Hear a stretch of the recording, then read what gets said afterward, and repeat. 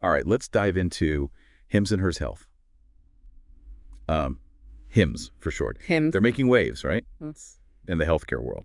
Telehealth. Yeah. So we're going to take a deep dive, figure out if they're worth, keeping an eye on. For sure. Give you a whole new perspective on HIMS. And stick around till the end, by the way. We've got an interesting little detail about ownership that might just change your thinking about this whole company. Yeah, definitely a fascinating company to look at. Okay, so first things first, what does HIMS even do? So they're all about this direct-to-consumer model. Direct-to-consumer. Yeah, so basically skip the doctor's office, Okay. connect with licensed healthcare professionals right through their platform. Interesting. So it's all about convenience and accessibility, covering a ton of different health concerns, mental health, sexual health, dermatology. Got it. Even weight loss. Weight loss. So it's like a digital doctor on call. Exactly. And they offer everything from prescription meds. Yeah. I mean, for things like, I was reading this, erectile dysfunction. Right. Hair loss. To over-the-counter stuff, personal care products, mental health services. They've even got weight loss programs. It's like a health and wellness supermarket. Yeah, exactly. And they're not just connecting patients with doctors either. They've been making some strategic moves. Okay. Like they're actually acquiring pharmacies now, which is a pretty big deal. Wait, they're buying pharmacies? Why? Yeah, it's you might think, why would they do that? But think about it. This vertical integration, right? Vertical integration. Gives them more control over their supply chain. Okay. So they can offer these trendy GLP-1s and other custom treatments, GLP-1s, more efficiently, cut out the middleman. Makes sense. And potentially rake in even bigger profits. So they're becoming like a one-stop shop for all things health and wellness. Pretty much, yeah. And get this, they've got over 2 million subscribers. Wow. How did they grow so fast? That's really impressive. A lot of it comes down to just organic growth. Yeah. Even if you take out the weight loss programs, their subscriber base grew by like 40% year over year. Wow. So that's a really good sign that they're doing something right. Chapter 1 takeaway. HIMS is a rapidly growing telehealth company, diverse range of products and services, business model that's pretty savvy. Definitely. But with all this success, got to wonder who's the mastermind behind this operation. Right. That's right. So let's move on to Chapter 2, take a closer look at the management team running the show at HIMS. Sure. So at the helm, we've got CEO Andrew Dudum, who's been instrumental in the company's growth since, day one. Yeah. And the leadership team overall, it's a good mix of experienced executives from, both healthcare and tech backgrounds. Yeah, he seems to be kind of the face of the company. Yeah. But I remember, I think I saw something about a controversial Super Bowl ad. Right. They ran for weight loss meds. What was that all about? Yeah, that ad definitely sparked some serious debate. Some people were accusing HIMS of, prioritizing profits over patient safety, Just imagine, seeing this ad that's promising this quick fix for weight loss, but doesn't even mention any potential side effects. Yeah. You can see why people were concerned. Yeah. I mean, that's a pretty big deal. So how did HIMS respond to all the criticism? Well, they defended their approach, emphasizing their commitment to providing safe and affordable care. Okay. All right. So some mixed opinions there, but let's move on to the numbers. Sure. Chapter 3, financial health. Are they actually profitable? What does their balance sheet look like? So their market cap is a healthy $13.2 billion, and they're seeing some incredible revenue growth, like 56.7%. Whoa. Their gross margin is really robust as well, 81.13%, which is impressive. Those are some eye-catching numbers, but are they actually making money? Yes, indeed, they are. Their operating margin is at 3.71%. And their net margin is even better, 8.15%. Wow. This, combined with a low debt-to-equity ratio of only 2.58, suggests they're managing their finances responsibly. So they're not just growing, they're profitable too. Exactly. And they have positive free cash flow and operating cash flow. All good signs. It sounds like they're in a pretty strong financial position. Yeah, I think that's a fair assessment. But remember, we've only just scratched the surface here. Okay. There's a lot more to uncover about HIMS, right? Including some potential risks as well. Right. No company is perfect, and we'll dig into all that in the second half of this deep dive. Market sentiment, ownership structure, even a SWOT analysis to really understand the opportunities and threats facing HIMS. So stick around. because this is where it gets really interesting. It does. Yeah. Absolutely. Okay, so let's jump into chapter 4. See what the market thinks about HIMS. Is Wall Street, head over heels for them, or are investors a little wary? Yeah. What's the overall sentiment? Are people buying into the HIMS hype? Well, HIMS stock has been on kind of a roller coaster ride. Uh-huh. Some significant price swings. Yeah. So that tells us investors are interested, but there's also, some uncertainty, right? Yeah. Yeah. I see that analyst price targets are actually lower than the current price. Right. What's the deal with that? Are the analysts not convinced? That's a great question. It suggests that some analysts believe HIMS might be a little bit overvalued at the current price. But remember, analysts, don't always get it right. True. Their opinions can vary quite a bit. Yeah, for sure. Have there been any recent news or events that have impacted the stock price? Absolutely. Announcements about, HIMS expanding into new product categories, updates on their financial performance, that's definitely moved the needle. It's a dynamic company. Right. And the market's reacting to these developments in real time. Okay, here's a curveball. The short interest in HIMS is pretty high, sitting at 32.94%. What does that tell us? Yeah. Now, you might be wondering, what is short interest? Yeah. Imagine a bunch of investors basically betting against HIMS, Okay. believing the stock price will, plummet.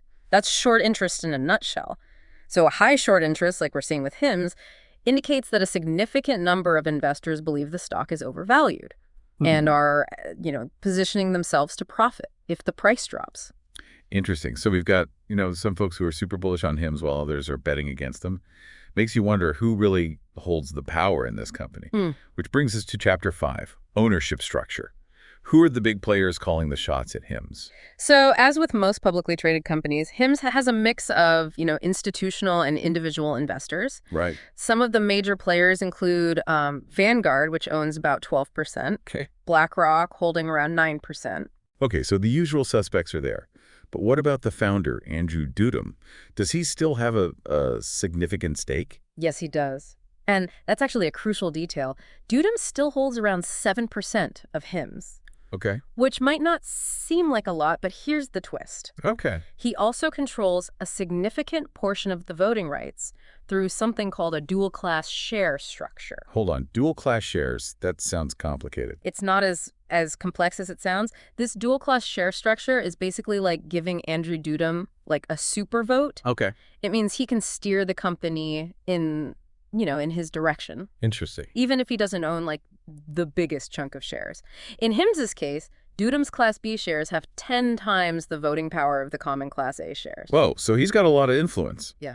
That's a pretty big deal. It makes you wonder about his, long-term vision for the company. And speaking of which, I noticed something kind of interesting in the research. Okay. It seems like insiders have been selling off a lot of their HIMS stock lately. What's going on there? Well, what's fascinating here is that insiders sold a whopping $70 million worth of shares in 2024. Wow. Compared to only $2 million in buys. Yeah, $70 million is a lot of stock to dump. Should we be reading into this? Is there something they know that we don't? It's certainly something to consider. Yeah. Insiders selling their shares can sometimes be a red flag, but it's not always, a sure sign of trouble. There could be various reasons for these sales, like, personal financial needs or just diversification strategies. Okay, fair enough. But it's definitely something we need to factor into our overall risk assessment. So let's dive into Chapter 6, risk assessment. We've got a SWOT analysis here. Strengths, weaknesses, opportunities, and threats, which can help us, paint a more complete picture. Let's start with the good stuff. What are HIMS's biggest strengths?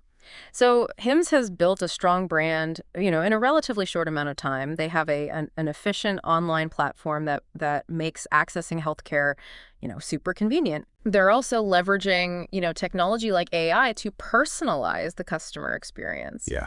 Which is a smart move. And let's not forget, they're operating in a market that's experiencing explosive growth. So lots of things going for them. But what about their weaknesses? Where are they vulnerable? Well, they're still a relatively young company. Okay. So they don't, have this long track record to evaluate. They also rely heavily on a few key products and categories, like those GLP-1s we talked about. Okay. There's always the risk that those could lose popularity or become less profitable, especially with so much competition in the, in the weight loss space these days. Right. And the regulatory landscape for telehealth is always evolving, which adds another layer of uncertainty. Exactly, yeah. That's another big risk factor. New regulations, changes to existing ones that could really impact HIMS's business model. Yeah. It's a bit of a wild west out there in the telehealth world. Okay. So we've talked about what HIMS is doing well and where they're a little shaky. What about opportunities? What are some potential growth areas for them? There's a lot of potential for HIMS to, expand into new product categories, geographical markets. Yeah. They could also form strategic partnerships or even make acquisitions. Makes sense. Further enhance their offerings, reach a wider audience. And they could leverage technology even more to improve that customer experience and kind of stay ahead of the curve. Absolutely, yeah. There's so much room for innovation in the telehealth space. It's an exciting time to be in this industry. Okay, last but certainly not least, threats. What are the biggest challenges facing HIMS? What could really derail their success? This is where it gets really interesting. The competition in the telehealth market is heating up. You've got established players like Teladoc and Amwell, Right. And then you have, giants like Amazon entering the fray. Oh. That's a lot of competition to contend with. That's a scary thought, especially Amazon. I mean, they have the resources and the reach to be a major disruptor in any industry they choose to enter. Precisely. Yeah. And beyond just the competition, there are concerns about, HIMS's long-term earnings consistency.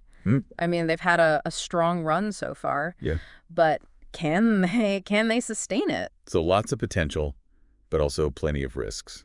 It sounds like HIMS is a bit of a high-stakes gamble. That's a fair assessment. Investing in HIMS is not for the faint of heart. Well, after this deep dive, I'm definitely feeling a little more informed, but also maybe a little more anxious about the future of HIMS.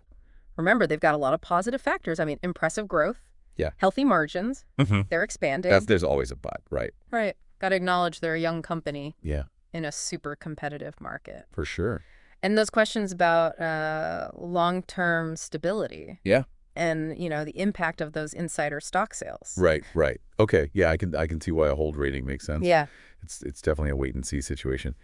This has been a really insightful deep dive. Yeah. I feel like I have a much clearer understanding of HIMS, their business model, the challenges they face. But what stood out to you? Honestly, that dual-class share structure, I mean, that's not something you see every day. No. And it really highlights how much power or influence, I guess, the founder still has. Yeah, definitely a unique aspect of the company. Over the company's direction, yeah, for sure. It adds another layer of complexity to this whole story. What are your final thoughts for our listeners before we wrap up? I think the big takeaway here is HIMS' enormous potential, but not without risks. Their future hinges on, navigating this competitive landscape. Right. Adapting to the regulatory environment, which is always changing. Yeah. And most importantly, keeping that growth going. It's going to be fascinating to watch. What do you think? I mean, will HIMS be able to pull it off? Become a leader in the telehealth space. Leave your predictions in the comments. Let us know what stock suggestions you have. I'm eager to find out. Me too. All right, and that's a wrap on another deep dive. Thanks for joining us as we explore the world of HIMS. Yeah, thanks for listening.